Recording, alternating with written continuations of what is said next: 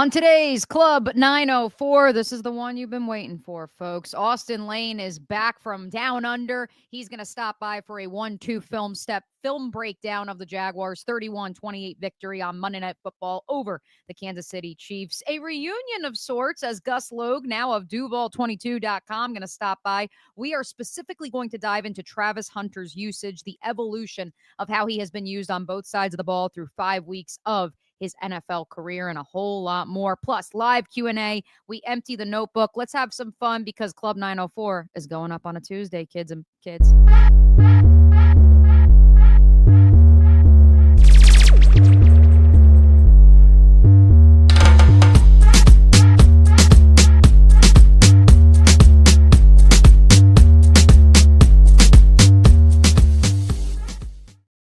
I think I'm going to save the kiddos for my good friend Clinton Yates over at ESPN Radio. Welcome into Club 904. It is Tuesday, October 7th. I am your host, Mia O'Brien. Your Jacksonville Jaguars are now 4-1 on the season. And for the Jaguars, it's a monumental 4-1 start.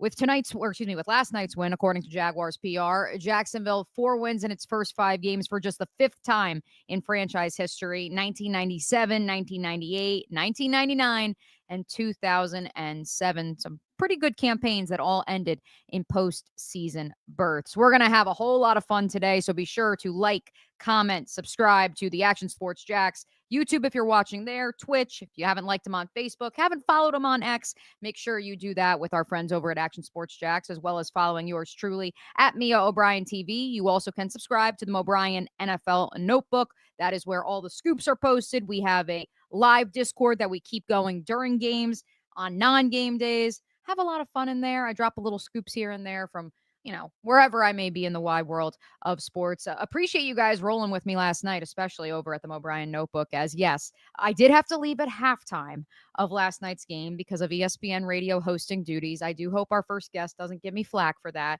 Certainly my co-host Q Myers did last night because he thinks the Jaguars only came back to win after I had departed. Let's bring in that first guest here into Club 904. The one, the only, Austen Lane now joins the program fresh off of a trip down under. How are you, friend? Thanks for hanging out with us. I appreciate it. Thank you for having me. I'm doing great. Sorry about the lighting a little bit. I think Hamby back here might have had a little darker. I look like I'm in like a Bohemian Rhapsody video right now from Queen, but hey, I still bring the energy though, Mia, and I'll bring the light for you. Well, the Jaguars are saying, "Don't stop me now." Is that how this goes? So there we go. There we go.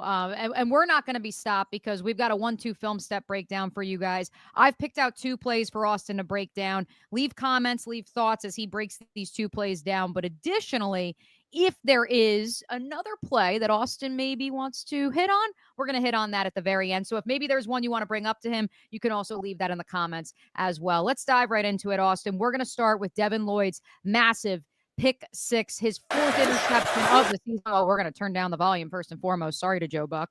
Walk me through, and I tried to stop, pause, play this on Twitter as much as I possibly could because I want to look at specifically with this play, Austen, what Devin Lloyd was supposed to be doing, what his initial assignment was, and what he actually ended up doing. So, Mia, can we actually go back to the very start of this formation before the ball even gets snapped? All right, so this has been kind of the calling card of Coach Campanelli and this Jacksonville Jaguars defense. Look at how many guys they have on the line of scrimmage right now, right? So if I'm Patrick Mahomes, if I'm the center and everything, like I'm having a hard time. Okay, well, who's going to blitz? Who will drop back into coverage? And this is sometimes when we say, well, why is Josh Hines Allen drop back into coverage? Why is a nose tackle, Eric Armstead or something, drop back into coverage? Because it's for instances like this, because it's all about disguising, right? We don't know right now if Devin Lloyd's going to blitz. We don't know if he's going to drop back into coverage or a little bit of both, right? So the pre-snap read right now, if I'm the Kansas City Chiefs, I'm a little confused because Jacksonville has showed this kind of set all season, and you don't know where the pressure's coming from, and you're not sure what Devin Lloyd's supposed to do. And so we progress through the play itself. And again, we now don't have the lovely audio from our friends over at ESPN's Monday Night Football broadcast, which, by the way, we'll give you some scoops on that a little bit later, Austen. The reason, maybe you saw some newer scenics of the city of Jacksonville, I tipped our friends off just so that, is that your work, Mia? I'm not going to take full credit for it. I did not film Intuition or Hoptinger. They stopped by Fourscore. I just provided some scenics and some possible. Hey, maybe you want to check this out when you fly in on Sunday. So yeah, proud of my friends over at ESPN for doing the heavy lifting. Okay, so here we are. The ball has been snapped, Austin. Where is Devin Lloyd on this play versus where Patrick Mahomes thought he would, perhaps even Anthony Campanelli thought that his middle linebacker would be? So this is what we talk about being an athlete and finding space in coverage, right? Obviously, with Devin Lloyd right now, he's got the middle of the field, right? If you drop straight back, no one's crossed your face yet. And we're always taught as defenders, whether we're linebackers, whether we're safeties, whether we're defensive ends, drop back into zone coverage. If something crosses your face, at least act like you're going to take it. Well, Devin Lloyd off the get-go, there's nothing really happening in front of him. So what does he do? He's an athlete, and he looks to the side, and he's trying to diagnose a little bit of what's happening here. That's exactly what's happening right now. He sees, okay, there's going to be a crossing pattern, as we saw early in the game with a quote-unquote, legal pick. You can see where there's a crossing pattern here, and Lloyd's slowly starting to diagnose this. But it doesn't happen until a couple more frames into this play. We can really see the IQ and the prowess of Devin Lloyd of what he's doing there. Okay, so if we would wind it back just a little bit here, if we can go back like a couple more frames. I know it's kind of asking a lot of you right now. So no, we know you're good. This is what I'm here for. Okay, can we go back like one more frame, rewind it if you can, because it's really telling here. Okay, this is perfect. So right here, he goes from looking at what the wide receiver is going to do, and he goes back to Patrick Mahomes. Now, Patrick Mahomes has been the master of looking off linebackers, looking off corners. He doesn't do that here.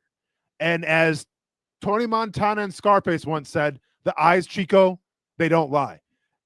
Lloyd goes from looking at the wide receivers to looking right at Patrick Mahomes and where his eyes are taking him. And as guys in coverage, sometimes we're taught that, hey, if the quarterback's going to stare somebody down, just follow the quarterback's eyes and he'll take you to the ball. Now with Patrick Mahomes, usually that can come back to bite you because he's the master of kind of like the look off throws and everything. Doesn't do it here. He had his guy off the get-go. This was a design play. Lloyd sees Patrick Mahomes' eyes, and then let's go ahead and, let it play through and see what happens after it. The eyes take him right to the ball. It wasn't like he was looking at the receiver of where the ball is going to be. He was looking right at Patrick Mahomes' eyes. And once again, like you can sit here and say, okay, well, he was in the right spot at the right time. And I beg to differ. This play all stemmed from Devin Lloyd feeling comfortable in space, looking at Patrick Mahomes' eyes, and then making a play off that, movement of his eyes. And then obviously here, and then we can just fast forward this because this is a beauty to watch as well. Like I thought this is going to be like maybe like a 20-yard, interception return. No, let's go ahead and take this the entire way. Can't speak this enough. Pause it real quick for me, please, if you can. Josh Hines-Allen. Like, listen, I'm not sure if you line him up in a 40-yard dash. I assume Devin Lloyd, with all due respect to Josh Hines-Allen, is winning that 40-yard dash. Doesn't matter.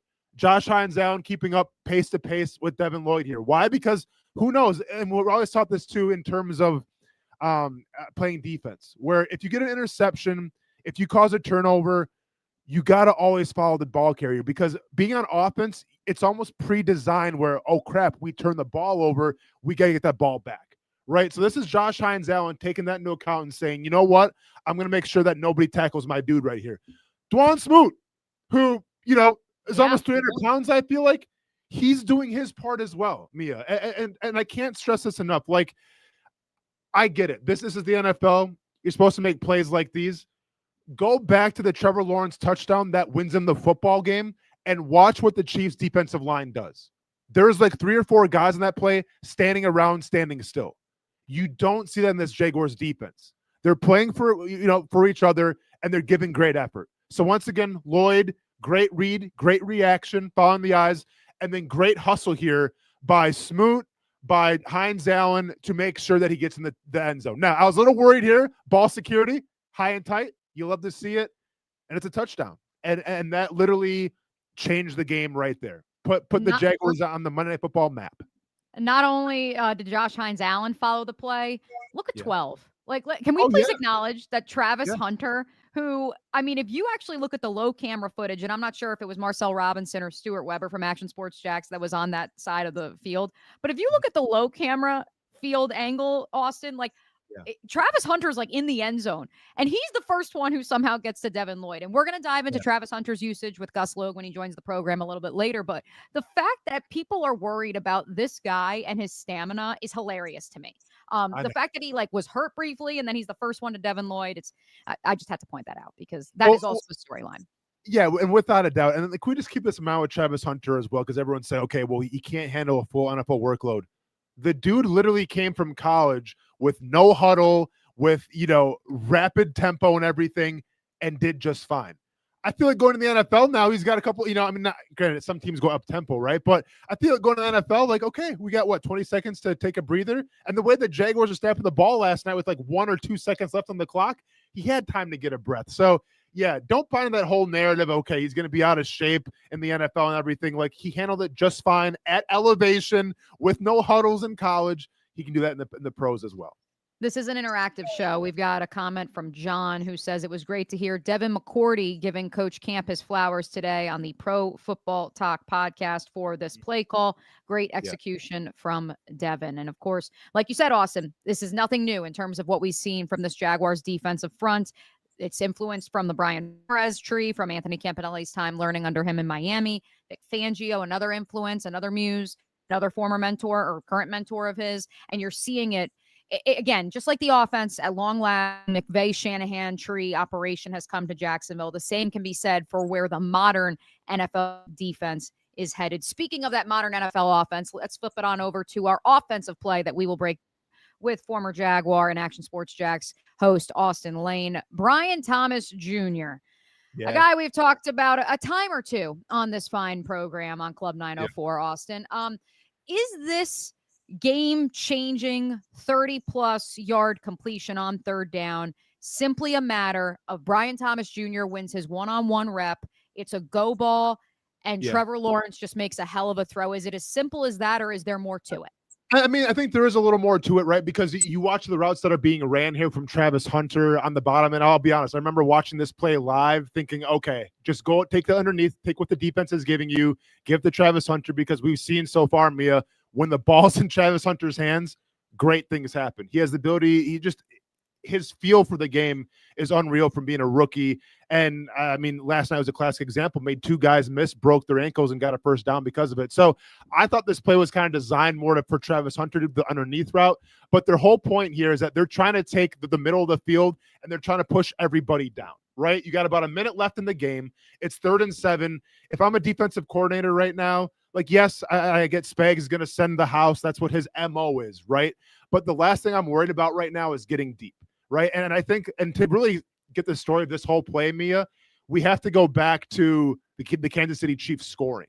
Because if you remember how that all transpired with Kareem Hunt getting in the end zone, I was under the impression that if I'm Andy Reid, I'm going to tell Kareem Hunt, if they let you go in the end zone, if you feel like you're going to get close, take a knee and, wind that clock down some more, right? They only have one timeout. I thought that entire drive, I'm like, okay, they're going to take a knee here if they get close to the 1 yard line because it's Kansas City. They have the luxury of having a good offense. They can get in the end zone. They didn't do that. They get in the end zone right away with a minute and some change left on the clock. Minute 45. Minute 45. So that means to tell me, because listen, I played for Andy Reid. I know how much of an offensive genius he is. I guarantee the whole narrative is we aren't worried about Trevor Lawrence going down the field and beating us. If the Kansas City Chiefs are playing the Buffalo Bills and it's Josh Allen on Monday Night Football, guess what? I think Kareem Hunt takes a knee on the 1, yard line. They re-up, Buffalo takes a timeout, maybe take another knee, and then you get in the end zone for a touchdown with sparingly the time left on the clock. With Jacksonville, Monday night, how the Jaguars have shown Trevor Lawrence, they weren't worried about it. So now let's go and fast forward to this play. I think they're more worried about the underneath routes than anything. They're not worried about Brian Thomas Jr. beating you deep. They're not worried about Trevor Lawrence, trying to pinpoint it and throw it through literally a little alleyway, a little finite point and making a play. That's exactly what he does here. And so it's as simple as, and this is what I think is interesting, because we saw against both the Cincinnati Bengals and then again against the Niners, a choice route for BTJ. And you tell me if this was a choice route or not, Austen, but ultimately because leverage was successfully created, because Brian Thomas Jr. was even with his defender, but had a slight edge coming off the line of scrimmage, that's a tell to the quarterback of, okay, I now go to him. He's going to run a go ball route. He's not going to come back. I don't know if the play design was for Brian to come back. You go ahead. Yeah. Yeah, no, because I think that they kind of said this. I want to say, I don't know if it was Liam Cohen or Trevor Lawrence, so they might have both spoke on this a little bit, where that they saw this earlier in the game in terms of Brian Thomas Jr. going, like, it being open. And they kind of thought, hey, we're going to come back to this eventually. This was the point where they came back to it. So while it could have been an option route and everything, to me, this was a design run to have Brian Thomas Jr. go deep, get you some yardage and everything, because they like the one-on-one matchup of what they're getting. Now, you start the pinpoint, throw it and everything. And credit to Trevor Lawrence here, because this happened a couple times in this game where you kind of had a defender a little bit, number 32, I believe it is, kind of barreling down on him. This throw doesn't get made unless you stare down the barrel and you step up. That's exactly what Trevor Lawrence did here. Like, I mean, watching it in the overview here, Mia, it looks like, okay, he's got some space to work with. Try being on the field and this guy is staring down at you full speed and having, the cojones, let's just say, to step up and make this throw. That's what Trevor Lawrence showcased in this play right here. Well, it's part of why I also picked this play. It was not just to break down BTJ and the Trevor connection finally coming to fruition downfield, Austin, but also because of the blocking along the offensive front. A lot was made about Anton Harrison, not just this offseason in terms of this new staff really challenging the third-year right tackle, but the play that he made on this completion. But also, I think that we need to give flowers, and John just mentioned this on the YouTube chat, and I couldn't agree more. Some flowers need to be given to the 2 seventh-round rookies, and Jonah Monheim, who stepped in at center when Robert Hainsey went down, and then LaQuint Allen, who has secured the third down back spot for the Jaguars since week 1 of the season. No, without a doubt, right? Because Monheim goes in, and I think they got a little lucky here, Mia, because if you remember, Hainsey gets hurt. He goes to the sidelines. Lloyd gets the interception, so that buys Monheim a little more time to kind of work with Trevor Lawrence to get that snap exchange down. Just because, like, let's be honest, you're asking a rookie late round draft pick to come in a crucial Monday Night Football game with the game on the line and have the proper snap, and everything. Like, it's not like they're working in it during the practice. Like, very rarely do you have, your second string center in during team periods work with your starting quarterback. So, like, this had to be done on the fly. And I think it speaks volumes. And this is where Tony Baselli, I want to feel like, comes into as well, because if anybody's got an eye for offensive lineman and offensive line talent, I think it's Tony Baselli. It goes to show you, just because you had a couple guys go down here, the depth kind of stepped up a little bit and did their part as well. And then obviously this beautiful throw, beautiful catch. And the rest is history. The rest is history. The Jacksonville Jaguars winners over the Kansas City Chiefs on Monday Night Football. Austin, before we send you on your way on this fine Tuesday, were there any other plays that stood out for you as one that maybe defined this victory, or just a great play design by Liam Cohen or Anthony Campanelli? Yeah, I mean, obviously there's so many plays to talk about. I mean, I think that the one that everyone's kind of buzzing about now, Mia, and listen, you can sit here and pick is the Travis Hunter coming out party, right? Taylor Swift wasn't in the crowd, right? So you needed something to gravitate towards. Let it be Travis Hunter. But at the end of the day, the play that's going to stick out, and it's really the encapsulation, I feel like, of this Jaguars team of they're not the sexiest thing, but damn it, they find a way to get it done, is the last play with Trevor Lawrence getting in the end zone, right? You trip over I think it was the center of the guard. You trip over, you're rolling around a little bit. You're kind of like Bambi on ice, but it doesn't matter. Like, you find a way to get it done. And that's kind of the cool thing I feel like about this team so far is you sit on top of the AFC division, you sit on top of the NFL, and we haven't even come close to scratching the surface of what your offensive capabilities can be. And if they can get there, man, is it going to be special. But right now, you're 4-1, and you're doing it because you play with grit, you play for each other, and you really have a coach that I feel like has something to prove. That's a great combination for success. And it's something that we haven't seen here in a long time. I've heard the Stumble Six, the Stumble Rooski, Bambi.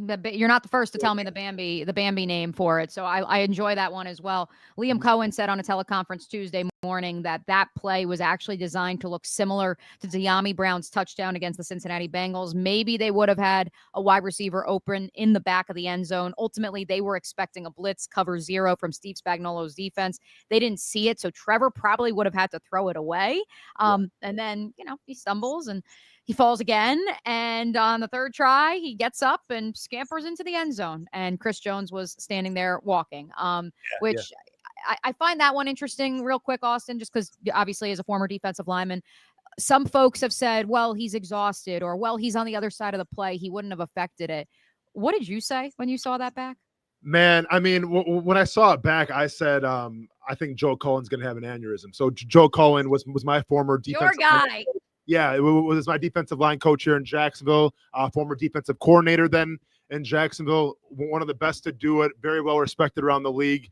He's a defensive line coach now in Kansas City, and I know how he operates. And even going into this game, Mia, everyone was saying, okay, well, Kansas City gives up a lot in the run game. This could be a Travis Etienne game and a Tootin game. And I knew that wasn't the case because a lot of those numbers were flawed due to a bunch of garbage time and everything. Like if you go back to the Ravens game against the Chiefs, Justice Hill had like a 70-yard touchdown like as the game expired, right? So I knew this team was stout in the run, but I knew Joe Cullen going back to Jacksonville was going to have his guys playing at a very high level on the defensive line. So I was not expecting a good run game. Now, Trevor Lawrence did pretty well, much to Joe Cullen's chagrin, but I just know sitting in that meeting room, regardless if you're a rookie or if you're an all-pro like Chris Jones, there was probably a remote thrown. There was probably a chalkboard punched because that's not what Joe Cullen teaches, right? And I'll leave you with this.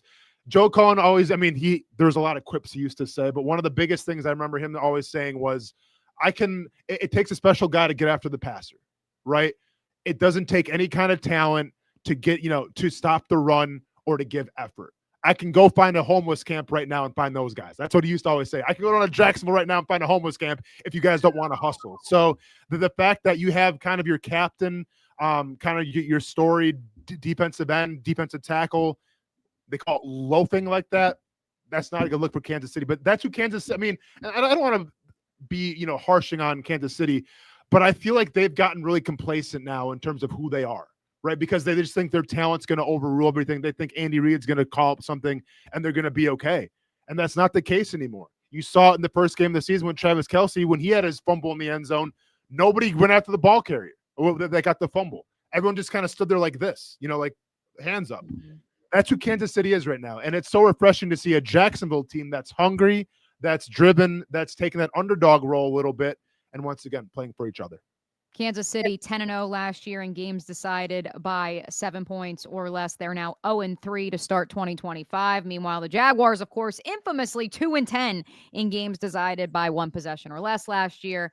And all of a sudden, they are finding ways to win. Austen, appreciate you stopping by. And of course, you can catch Austen and Brent Monday through Friday, 10 a.m. to 1 p.m. on the Brent and Austen Show right here on the Action Sports Jacks 24/7 channel. Appreciate you, brother man.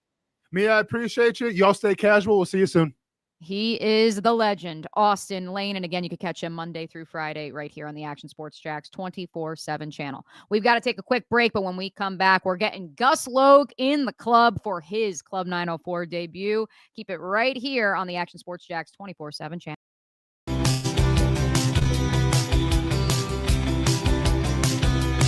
Welcome inside the Armor Guard exterior and gutter helmet showroom. There's a lot going on, like glass exteriors, replacement windows, and down there we have the retractable screens and awnings, plus hurricane protection. Let's talk more about those gutters, and to do that, we bring in Kevin. He's the owner, he's the expert. Why Gutter Helmet? Well, Gutter Helmet's truly the only maintenance-free product. It lets the trash and debris go on the ground, the water wraps around and goes inside. Unlike filters, they sit on top of the gutters, and the trash and debris build up on top of filters, which requires maintenance.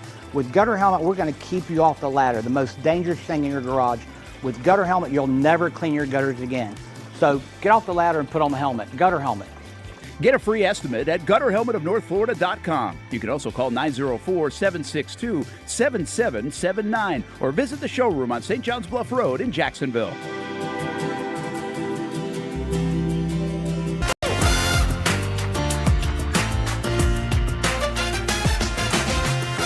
Empower a future, inspire a dream. It's a bold but simple mission for the Jacksonville Police Athletic League known as Jax PAL. Help the next generation of kids in Jacksonville shape a brighter future. Their after-school programs, teenage leadership programs. There's community outreach. This has been just an awesome opportunity to be out here with my colleagues and do something good for the community. It's really been an interesting opportunity to just see everybody work together in a way that we don't normally in the office. And there's sports.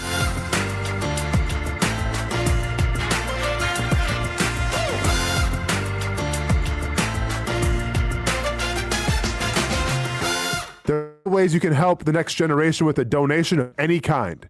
Just visit jaxpal.org to get more information. Empower a future, inspire a dream with JaxPal.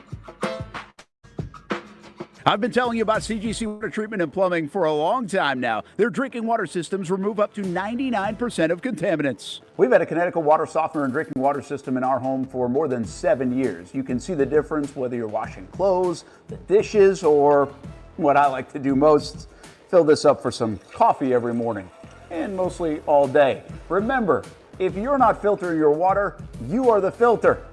Don't be the filter. Right now, you can get a free Connecticut reverse osmosis system with a purchase of a Connecticut Premier Softener. The experts at CGC Water Treatment and Plumbing will test your water for free and determine your water score. Don't know your water score? CGC will find out and recommend the appropriate Connecticut water treatment solutions so you can improve it. Call 904-552-1242 or visit cgcwater.com. Ask about our 90-day love it or leave it guarantee. CGC Water Treatment and Plumbing, an authorized independent Connecticut dealer. Florida license number CFC 1432579. There's a saying in sports, you can't win them all, but you can win a lot with good folks on your team. Like that one painter, First Coast. It's tough to beat the sun in Florida, so your home fades. It's tough to beat that HOA when they come calling. Beat the sun, beat the HOA with that one painter, First Coast. And it's a good time to do it. Less rain to work around, and painting in mild temperatures is perfect. After all, the paint bonds to the surface so much better. Give that one painter First Coast a call at 904-417-3557 or look them up at first-coast.thatonepainter.com. Fast estimate, guidance on color and HOA requirements, and the highest quality job you'll find anywhere. Be a big winner in your neighborhood with that one painter First Coast on your team.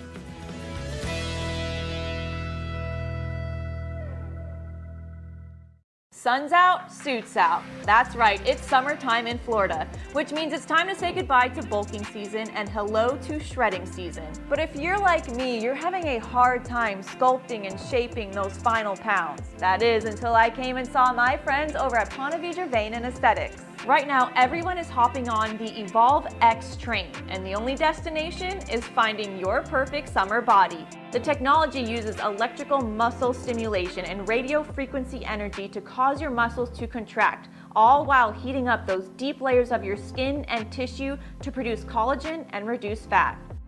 It's like doing 1,000 sit-ups in 30 minutes. No pain, no needles, just results, right? That's right. So leave those winter layers back at the station and come look and feel your best with the team here at Ponte Vedra Vein and Aesthetics. Visit them at one of their 2 locations, either over in Ponte Vedra or on the south side. Welcome back into a Tuesday edition of Club 904. Mia O'Brien, so excited to be joined by our next guest making his maiden voyage on this program, Duval 22's Gus Logue. But first, because you guys are blowing up the comments, yes, if you are watching live right now, some breaking news around the National Football League. Joe Flacco has been dealt from the Cleveland Browns to their division rivals, the Cincinnati Bengals. Boy, oh boy. Yeah, some of you saying that the Jags should trade for Shador.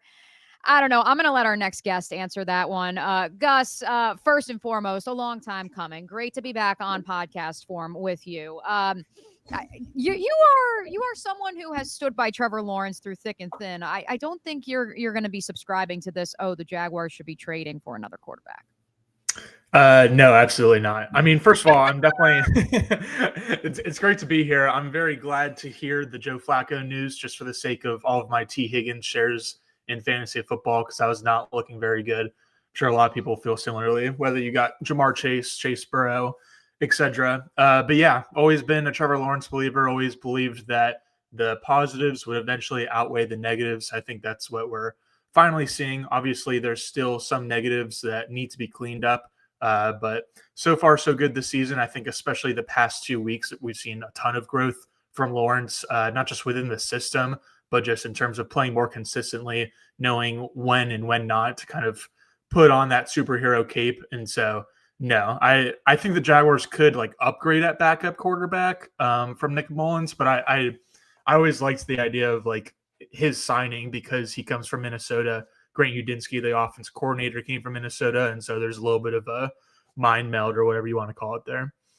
Couple of housekeeping items before we get to the assignment for Gus Logue today here on Club 904. First and foremost, let me get your one-shot set up. Don't worry, this is the beauty of live podcasting. Stand by, folks. And let's remove. There we are. Perfect. All right. We got that one shot ready to go. This is the beauty of live podcasting. And of course, if you guys have questions for Gus throughout the course of today's conversation, be sure to leave a comment, whether you're watching on YouTube, Facebook, X. We will get to it throughout the duration of the program. Before we get into Travis Hunter and his usage through 5 weeks of his NFL career, Gus, let the folks know, where are you at these days? How can they get involved in the conversation with Duval 22 as well? Duval22.com. For those who don't really get the name, there's this thing out there called All 22 Coaches Film. And so Duval, All 22, Duval 22, because the whole point of my website, Duval22.com, you can also follow Duval22.com is like the social media handles for all social platforms. And so my goal is really to provide Jaguars fans in-depth coverage of the Jaguars, and mostly I'm doing that with film breakdowns, posting clips on X and Blue Sky, and yeah, just trying to get into the nitty gritty, trying to get really into the weeds, and just provide a level of an analysis that I think isn't exactly available in this small market of Jacksonville. And no one better to do it than the one and only Gus Logue. And we're going to give you a preview a little bit of what you can get if you subscribe to Duval 22 with Gus today, because we're going to break down specifically not just Travis Hunter's game against the Kansas City Chiefs, but some tendencies that you've seen so far, Gus. And if we believe that will evolve, let alone Travis Hunter's role in this offense and defense throughout the 2025 season. So let's get after it. Let's head into the film breakdown room. Let me get you in here. There we go. Okay. So let's pull up this one, Gus. So this is from last week against the 49ers. And I'm going to let you take it away. Narrate for us why we are looking at this exact play. Yeah. So first of all, the Jaguars, just to break down what we're seeing in front of us, LaQuint Allen is running out of the backfield, and it's going to be an empty formation out of shotgun for Trevor Lawrence, with 3 receivers on the left side of the formation, including Brenton Strange, the tight end, who's attached to the line of scrimmage, and then 2 pass catchers on the right side of the formation. So it's a 3-by-2 formation out of empty personnel against what's going to be a cover 4 look from the Niners. Whenever you click play on the play, you'll see the cornerbacks for the Niners have a pretty far depth in terms of how far they're playing off coverage. And then as the play develops, you see that they're each playing the quarter deep quarters of the zone. So that's where cover 4 gets the quarters name, because it's divvied up into quarters. And so the Jaguars have a really good play called up against this coverage, which the Niners usually major in cover 3, which has 1 single high safety over the middle of the field.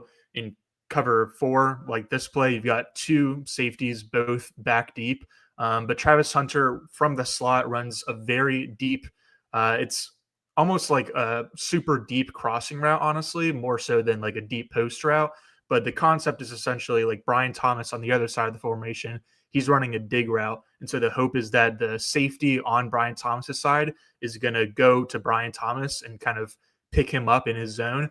And then that'll allow Travis Hunter to run over the top of him. And so the Jaguars did not make a play on this because Trevor Lawrence, like, I don't think it was necessarily a bad decision or anything, but he kind of just takes the easy yards with Clint Allen. It is first down. It is a game where the Jaguars have a lead and are trying to protect it. And so even though I think Travis Hunter is open on this play, that's like a 40-yard pass through the air. And so I certainly don't mind at all Travis Hunter, or Trevor Lawrence, just kind of taking the free yards again with LaQuint Allen out in the flat. And so this play, I think there was 1 or 2 other plays where Travis Hunter was like running deep and he seemed to not have a lot of guys around him. But this play specifically was like, yeah, again, it's not a bad decision by Trevor Lawrence, but the Jaguars think that they have something here with Travis Hunter and they think they've got something good. And that's what actually, at least in part, led to Cameron Wolf's report for NFL Network before the game last night, that the Jaguars had a surprise for Travis Hunter down the field. And obviously we saw that if you want to play the next one. And the surprise, of course, was that Travis Hunter was actually targeted as a deep ball threat. And that has been the question mark, is this idea of he is learning the F, he is learning the slot. That is the goal for the rookie campaign, to master playing that one wide receiver position. They're not going to teach him the X or the Z, or at least that's what's been relayed from Liam Cohen so far. But this idea of you can be playing the slot, Gus, and you could still stretch the field, but also Travis Hunter thrived as an outside wide receiver on the boundary at Colorado. And so why would you teach him the slot first is what has perplexed many. So let's go to that before we examine this play. Why do you think that that is the decision by Liam Cohen and the staff in terms of how they will slowly add to Travis Hunter's plate when it comes to understanding this offense? Yeah, I think they just want to not put a lot on him. And like, on one hand, like for the slot, there's a lot of choice routes from the slot in Liam Cohen's offense. There's a lot of difficult routes and concepts that you have to have a firm understanding of. But like Liam Cohen and the Jaguars are starting out Travis Hunter in the slot because it's just one position. And so he's not going to be on the field on every play because the Jaguars don't have 3 wide receivers and 11 personnel on every single play. And so you automatically are kind of like not having him play every snap if you're just assigning him to the slot, as opposed to like if he was just assigned to the X or the Z, which are 2 positions that are playing on the field pretty much 99% of snaps, unless the Jags are going in like victory formation or like a special goal line package or something like that. Then Hunter would be a true every down player on offense. But by getting him in the slot, you're just getting him to play about 60 to 70% of offensive snaps. And then I think the main thing is that, like, as you noted, it's obviously nice to see him like being used downfield more often to be able to utilize his amazing contested catch ability. But because like guys that run routes out of the slot typically have a lower average depth of target, they're usually running shorter routes compared to everyone else. And so that's beneficial for Travis Hunter, because he has such great quickness in and out of breaks. I think that his route running has been a work in progress and has steadily improved a little bit. But he, going back to college, like has kind of been a route runner just based on his special athleticism, more so than being like a Christian Kirk type guy that's like just super sound in terms of his technique. There's actually an option route that he ran against the Niners in week 4 that was just super sloppy and resulted in incompletion. But there are shorter routes from the slot. And so the whole point is that, like, not only will he be able to use his athleticism to get open on these shorter routes, but more so once he gets the ball in his hands, then he can create after the catch. And we've seen a lot of that this season. He's consistently making the first guy miss, a lot of the times making the second guy miss as well. And so I think that's the main thing, is that it's the slot, because then he's able to get the ball in his hands at a higher rate. And then also he's not playing as high of a rate on the offensive side of the ball, just being a slot guy. Certainly a pretty large depth of target on this play, would you say, Gus? Walk us through maybe from that play against the Niners. This is a similar looking play call and play design for Liam Cohen with Travis Hunter, Trevor connecting on the 33-yard bomb. But ultimately, walk us through what Travis Hunter did maybe right, or maybe what Trevor Lawrence did right comparatively to 1 week earlier. Or are these two plays just cousins of each other and not the exact carbon copy? They're cousins. And so I want to start out by saying the Jaguars on this play, they were in under center with a running back in the backfield, and they went play action, and it was a 2-by-2 formation. And so it's a very different look from what we saw in the previous play against the Niners on that post route where Travis Hunter looked open. Now on this one, again, it's a different formation. It's under center, but it's the same concept. And so instead of Brian Thomas running a dig, Brian Thomas is going to run, or I think it's De'Ami Brown actually at the bottom of the screen, is going to run a stop route, which is basically like a deep curl. It's a really good cover 3 beater to kind of get in between the deep corner and the deep safety.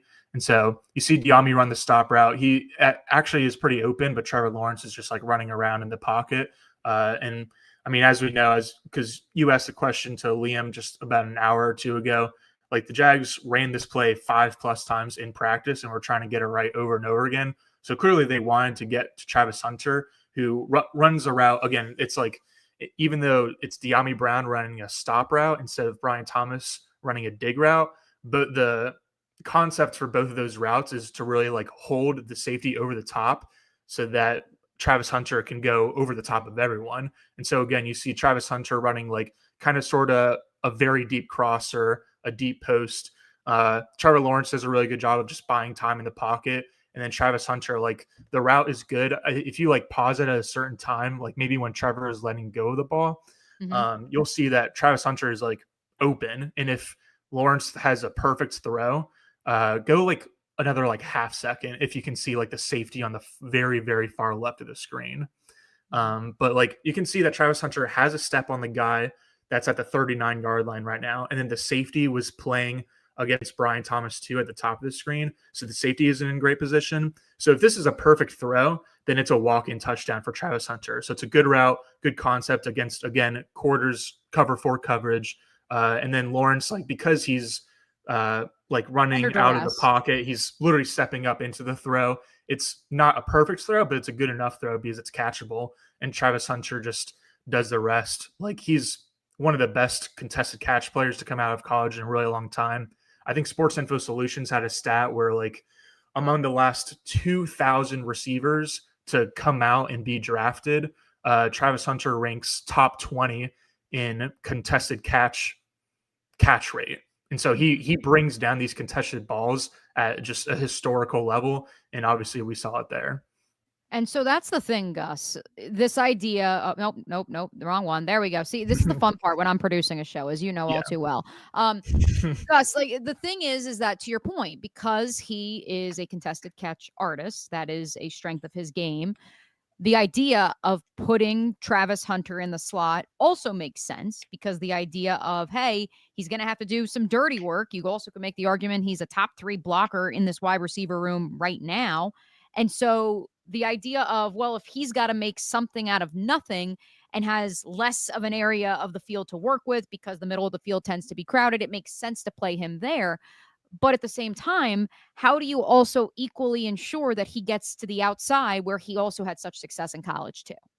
Yeah, that's definitely a good point. Like you want to make sure he's used at every level of the field so that the offense is just, I mean, not just him, but the entire offense is harder to defend. You got to try to limit the amount of plays that the defense can kind of see coming as much as possible, limit any tendencies available as much as you can.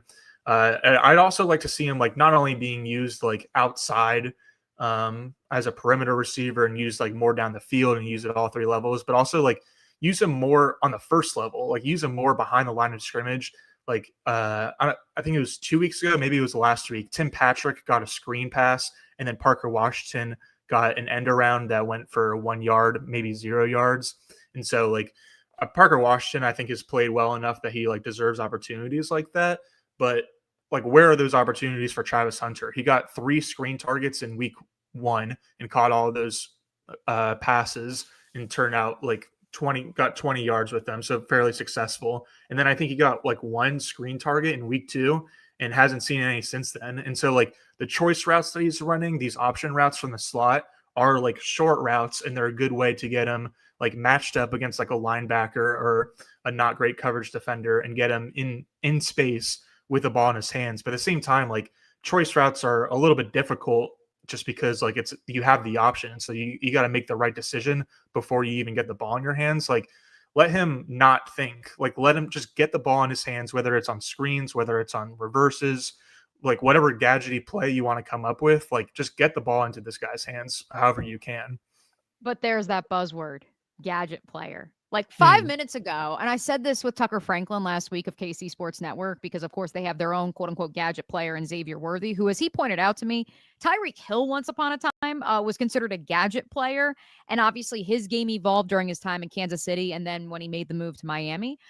But this idea of once upon a time, everyone wanted a Deebo Samuel. And I'm not saying that that's who Travis Hunter is, because I believe he's more than Deebo Samuel, although Deebo Samuel, a pretty good wide receiver, not just a fun little, hey, let's throw him in the backfield, let's get him on jet sweeps, let's get him out in space type of player.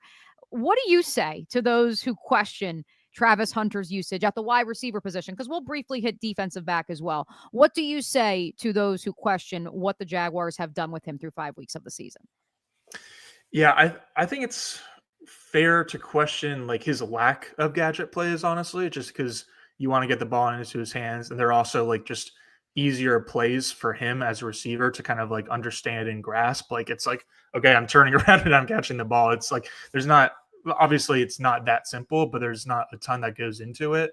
I think the thing is that like the Jaguars clearly have a long-term plan for Travis Hunter, especially when you like are considering both sides of the ball. And then like maybe part of the reason that on offense he's not getting as many of these gadgety plays is that they want him to develop as a receiver. And like if they spend a lot more time on him, like, or with him on these gadgety plays, then like that is a good thing. But at the same time, like that takes away valuable practice time and valuable reps to actually master the real receiver stuff. And so I think that the Jaguars are just playing a long game, and we just kind of have to preach patience. I think that if Jacksonville had like gone off to a 1-4 start, then I wonder if like the team within the building would kind of like look in the mirror and say like, hey, like there hasn't been a ton of playmaking from this guy so far, and we kind of need it right now. So maybe while we still want him to play both sides in the long term, maybe our short-term goal should be for him to like kind of master one side of the ball and then focus on mastering the other side of the ball. Like Deion Sanders played both ways in the NFL, but he was an all-pro cornerback, and then he got a package of receiver plays. So it helps to be able to like truly master one side of the ball first, rather than having to master two different NFL positions at the same time. And so I think it's really just like all about the long game versus the short game. And like the results, even though Monday night certainly was exciting with that big catch, he had, I think, another one or two nice catches underneath too. Made a play or two on defense. So it was somewhat of like a coming out party for Travis Hunter, but still not quite as much excitement as I think a lot of people would have liked to see from the former Heisman Trophy winner. But again, just be patient. If we're getting like similar results at the very end of this season, then maybe we can have another discussion. But clearly, again, the Jaguars had a long-term plan for him, and I think we're kind of seeing the results of that so far. 35 snaps on offense, 25 snaps on defense for Travis Hunter. We've got King David, Callie Jag, Brian, all hanging out in the club, all very excited to see Gus Logue hanging out with us too. Real quick on the defensive side of the ball, Gus, Travis Hunter, one catch allowed on 3 targets. Again, 25 snaps on defense for just 7 yards.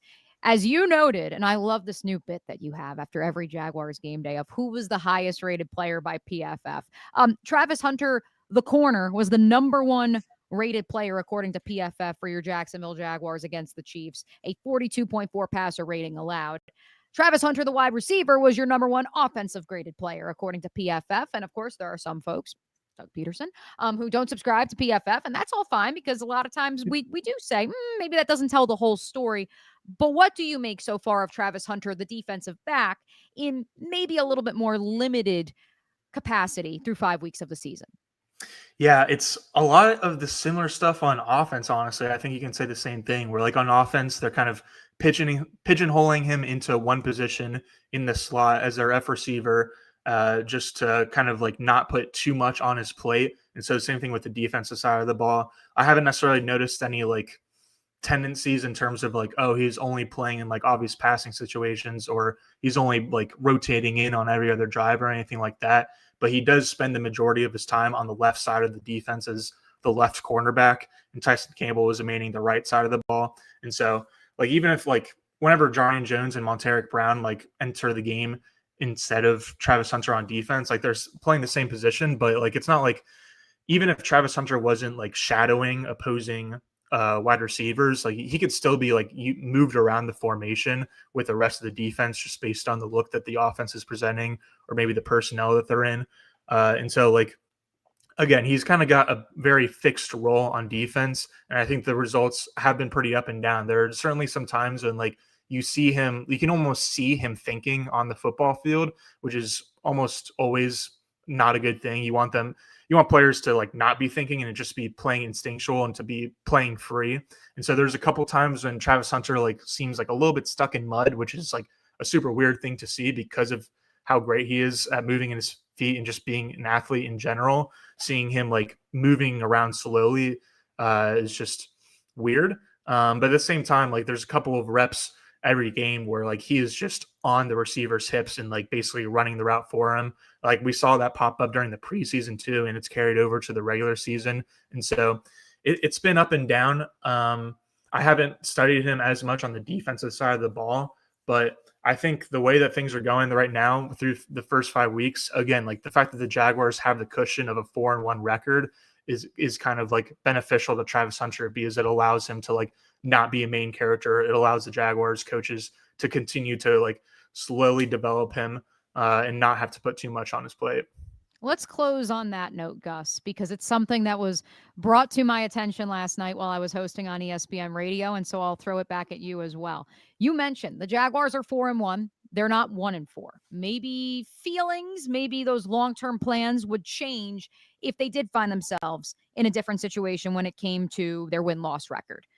Do you believe the Jaguars, the team that you've watched the last 5 weeks, are a 4-1 outfit? Are they better than some of these 2-3, 3-2 teams, if only in record? I see you smiling, so I'm curious to get your answer because I know last night I think I stumped Q Myers because he was like, "Well, they work hard. They're gritty, not pretty, but so. What say you, Gus?" Yeah, I think that they're more of a 3-2 team, to be honest, than a 4-1 team. Okay. There was Kevin Cole from Unexpected Points put out his like power rankings for this current week, and the Jaguars went down 2 spots in his power rankings, which is just funny to look at because in every other media outlet's power rankings, the Jaguars are going up by like 10 slots, and they're like a top 10 team by pretty much any website that you visit. But Kevin Cole like uses a lot of analytics, obviously, and so like that's what the analytics are saying is that the Jaguars are certainly a good team. 3-2 is a good record. I think the Jaguars are certainly a playoff contender, certainly a contender to win the division and land a top 4 seed in the AFC playoffs. But I think that they've gotten a little bit lucky, obviously, with the turnovers. You had Devin Lloyd's 99-yard pick 6 last night, and then you've had 13 turnovers through the first 4 games of the season. That's bound to regress, even if like I'm certainly a believer that like the turnovers aren't all fluky and that it's a lot of it is like player based and like Devin Lloyd and others just like truly making really good plays. It's not just like that the ball has been bouncing their way and that's it. Campanile and his staff is certainly making it a point to generate turnovers. And so I think that the Jaguars will like finish the season still with like one of the higher turnover rates for any defense in the league. But naturally those numbers are going to regress because you just can't count on turnovers week after week. And then I like, that's honestly like the main reason, I guess, for me thinking that they're a 3-2 team rather than a 4-1 team. I also think that they got just super lucky with like the injuries against the Niners in week 4. I mean, obviously we saw that the Niners are a good team with their Thursday night win over the Rams, even with even more injuries, but like being able to play San Francisco in its first game without Nick Bosa against a hobbled Brock Purdy with no Brandon Ayuk and Ricky Pearsall and Juwan Jennings both leaving the game, et cetera, et cetera, et cetera. I think that was just a really nice spot for the Jaguars to get in week 4. And then in week 5, like I think that they certainly deserved the win over Kansas City, but it was like so emotional and so gritty. I don't know. Like, I feel like if they played the Chiefs on a neutral site at 1:00, then the Chiefs would have won. But like, because the Jaguars are playing at prime time in their home stadium, it's a new regime. They and the fans got super fired up about it. I think that there was definitely home field advantage that kind of carried over into the result. And so, yeah, I think that they're starting out a little bit over their skis, but I certainly don't think that they're like a bad team that's fraudulent or anything like that. I just think they're probably closer to a 3-2 team than a 4-1 team, but that doesn't change the fact that they should make the playoffs. This is an interactive show, Gus Logue. And so on YouTube, Brian says, here's a thought. The Jags got an advantage taking the Chiefs or playing the Chiefs this early while they're incomplete. The Colts get them in November. If there is a tie in the division and the Jaguars split with the Colts, this game could decide the division. B. Hadjic adds, at least our turnovers are legit, not like Kansas City's last night. It is certainly uncharted territory. Again, just the 5th time in Jaguars franchise history, 30 plus years, 31 to be exact, that they have started a season winning 4 of their first 5 games. Curious to see where it goes with the Seattle Seahawks on deck on Sunday. Gus, before we let you go, over 850 folks tuning in right now. Let them know where they can find your work these days. Yeah, check out Duval22.com or Duval22.com as the name of the social media handle on all social platforms. Just recorded a podcast this morning with our old friend Hacker of 1010XL, so you can check that out on YouTube or Spotify or Apple or Duval22.com. And so if you want to learn more about Travis Hunter's usage, Trevor Lawrence's development, Devin Lloyd's improvement in zone coverage or just coverage in general, trying to get into the nitty gritty over there. So would love to have you guys. All the reunion shows. I love it. Oh, yeah. Gus is really nostalgic today as the Jaguars are riding high following a Monday night victory. We got to get ready to get out of here and hand it off to the crew with Talent Talk. So appreciate you stopping by, Gus. We will do it again soon. Absolutely. Would love to do that. Thanks for having me, man. Absolutely. There he goes again. You can find him at Gus_Logue. And of course, be sure to check out Duval22.com. Let's hit a couple notes before we get out of here. Again, appreciate you guys hopping in, hanging out with Gus and I here on Club 904. We've got some Chiefs fans hanging out here in the club too. I don't really know what to tell you. Same with, Clayton and Brian are worried about Colin Cowherd says that Trevor's pick was horrible, but Mahomes doesn't count because he didn't see the defender. Again, I'm not too worried about that. To Matt Jones, who I know loves to come on here and troll from time to time in the comments, his concern that Trevor is averaging 170 yards per game. I've heard from so many people around the league and, quite frankly, people in the national media over the last few weeks that, again, when Press Taylor, oh boy, she evokes his name. Don't say his name. When Press Taylor said that the Jaguars last year were taking this operation down to the studs, you can debate amongst each other if they actually did or not. But when Liam Cohen is taking it down to the studs, I again liken this back to Tiger Woods after he won his first Masters, and he said, I'm going to completely reinvent my swing. Maybe that means I fall off the map for 2 years, but the payoff will be a Tiger Slam 4 years later. That is the hope right now with Trevor Lawrence. They don't need him to be throwing for 300 yards per game. Quite frankly, there's not a lot of quarterbacks in the NFL, as you probably have heard of CBS Sports lament, throwing for 300 plus yards per game in 2025. And so this idea of you're going to make him more of a game manager.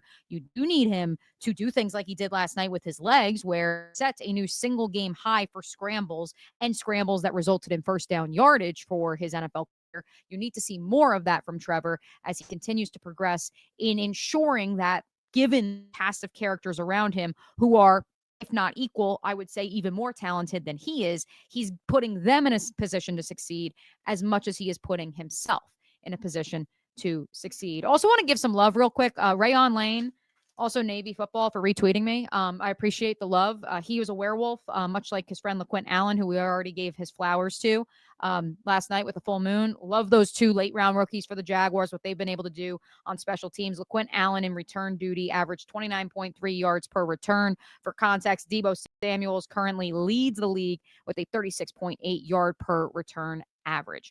Again, Jonah Monheim, shout out to him. Tyson Campbell, I know, was a sore spot perhaps for some Jaguars fans, was brought in on a couple blitzes. In terms of the coverage on that long completion of Tyquan Thornton into the red zone, I know it left a little bit to be desired, but ultimately, I think that at the end of the day, he is your consistent number one corner, if only in name and if only in terms of reps. And it'll be curious to see how he also continues to evolve in Anthony Campanelli's defense. We got to get out of here. The boys at Talent Talks are coming up here on the Action Sports Jacks 24/7 channel. Still a whole heck of a lot to discuss before the Jaguars face the Seattle Seahawks, a sneaky good game. And I'm maybe even more nervous than I was for the Jaguars and how they match up compared to the Chiefs game. That's coming up on Sunday. We'll be back for another edition of Club 904 on Thursday, same time, maybe the same place. We'll see if we're in the home studio or back at Action Sports Jacks headquarters. Appreciate you hanging out with us. We will catch you on Thursday. Welcome inside the Armor Guard exterior and gutter helmet showroom. There's a lot going on, like glass exteriors, replacement windows, and down there we have the retractable screens and awnings, plus hurricane protection. Let's talk more about those gutters, and to do that, we bring in Kevin. He's the owner, he's the expert. Why gutter helmet? Well, gutter helmet is truly the only maintenance-free product. It lets the